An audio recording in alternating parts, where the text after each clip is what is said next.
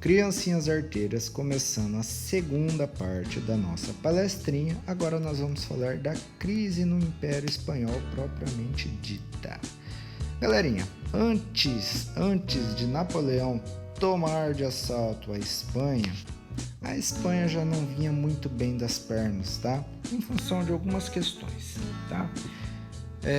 De qualquer forma, essa crise no Império Espanhol fez com que reformas borbônicas, e por borbônicas, lembrem-se, a família real naquele momento eram os Bourbons.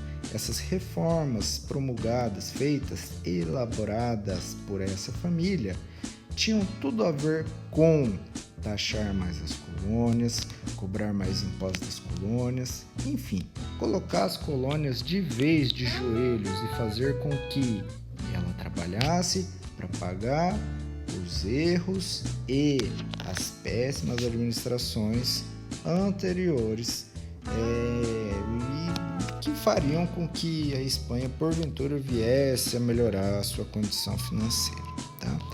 Então, a gente tem um Império Espanhol que não está bem das pernas, as contas não estão em dia, a família real, os Bourbons, elabora uma série de reformas que não vamos aqui trabalhar isso a fundo, só quero que os senhores saibam que essas reformas estão associadas a sobretaxação, aumento de impostos para as colônias e, para piorar tudo, para a Espanha, em 1797 eles entraram em guerra com a Inglaterra, galera, o que afetou bastante o controle da Espanha sobre suas colônias.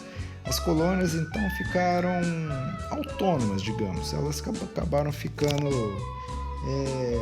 livres, enquanto a metrópole, aquela metrópole que não parava de cobrar impostos, estava lá em guerra com a Inglaterra, as colônias acabaram ficando livres e esse gostinho da liberdade serviu de combustível para que eles, num futuro bastante próximo, viessem a lutar para que esse gostinho de liberdade jamais saísse de suas papilas degustativas.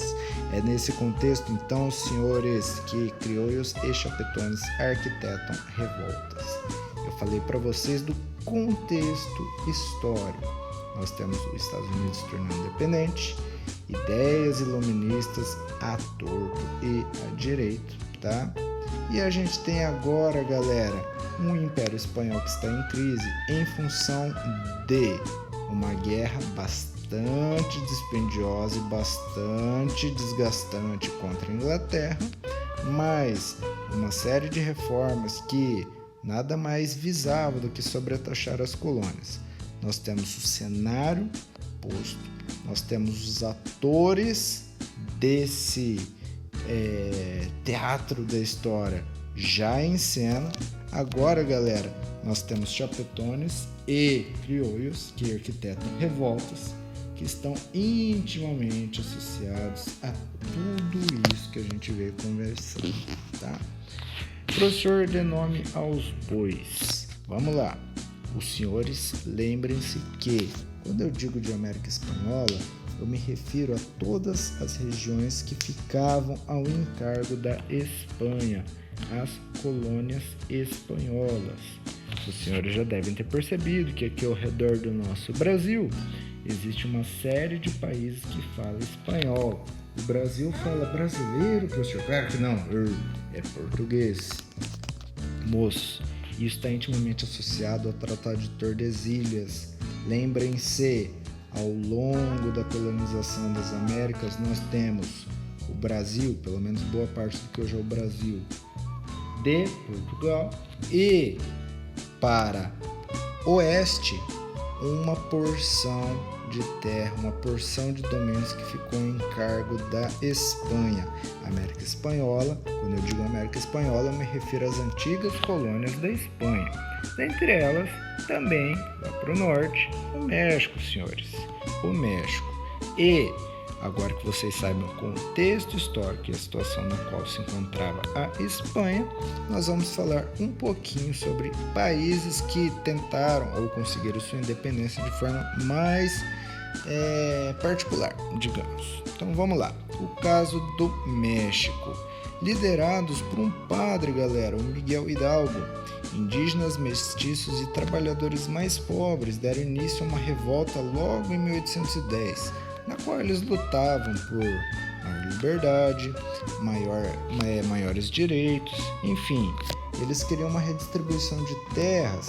Esses grupos, os indígenas, os mestiços, os trabalhadores mais pobres, como é sabido, esses caras tinham pouco ou nada. Eles, então, liderados por aquele padre, aproveitaram da situação de fragilidade da colônia para começar uma briga interna em função de conquistas de direitos.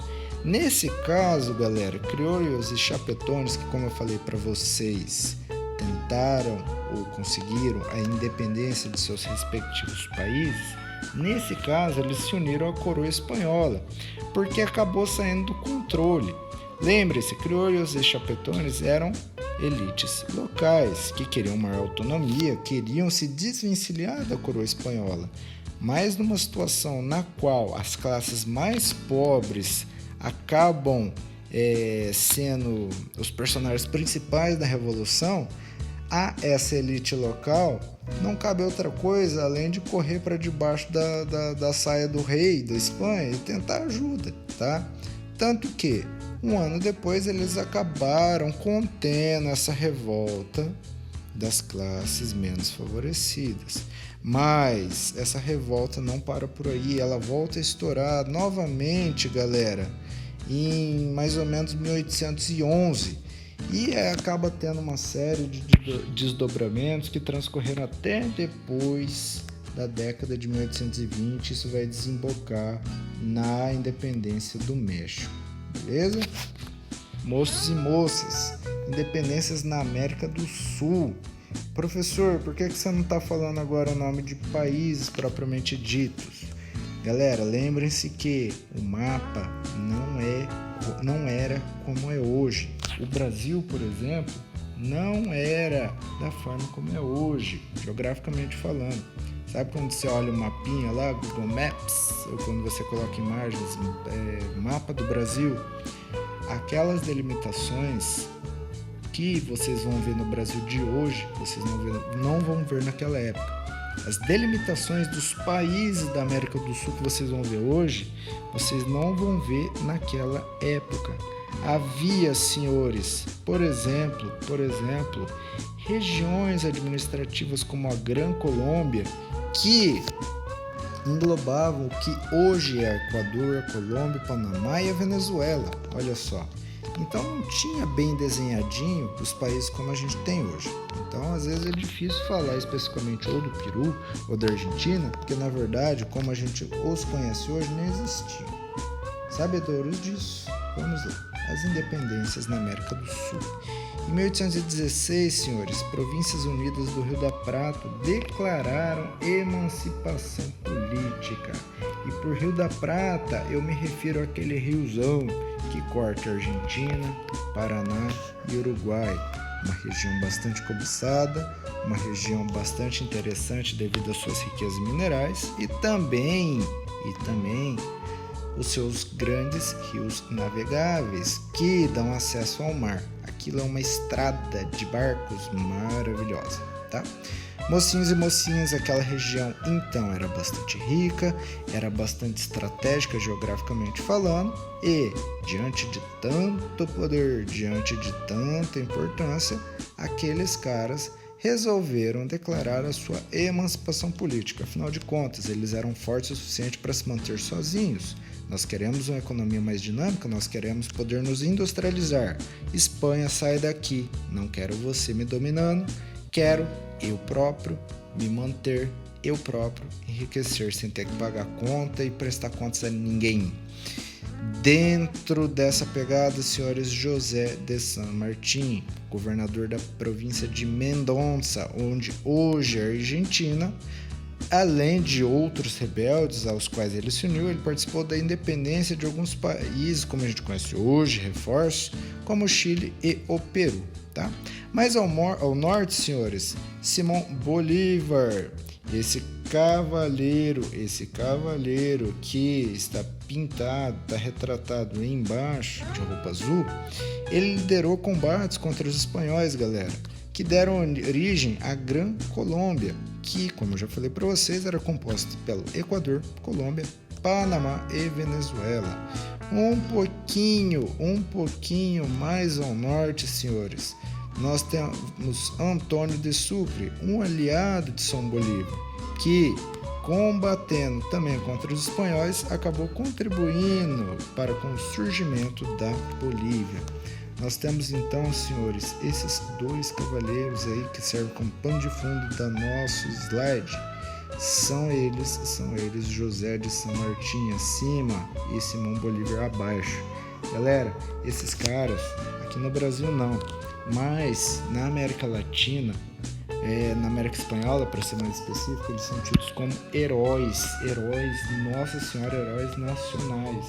Quando eu visitei a Argentina no começo desse ano, principalmente José de San Martín é tido como, nossa, um astro do rock, um astro do futebol, o túmulo onde hoje ele se encontra é gigantesco, fica na Catedral de Buenos Aires, é maravilhoso. Eu visitei um museu no qual se encontra uma espada que era dele. E há uma guarda de elite do exército responsável por proteger esse artefato histórico, que tem quase uma aura religiosa. Esses caras, galera, são tidos como heróis, eles são muito importantes para a América Espanhola, porque a atuação desses caras que faziam parte dos chapetones e criollos, né? E a participação deles é fundamental para a independência daquelas nações, beleza? Moços e moças, 10 minutos de novo já se passaram. Então, eu vou encerrando por aqui e a gente termina a aula na próxima parte. Assistam o próximo vídeo, hein? Sem desculpinhas. Tchau, tchau.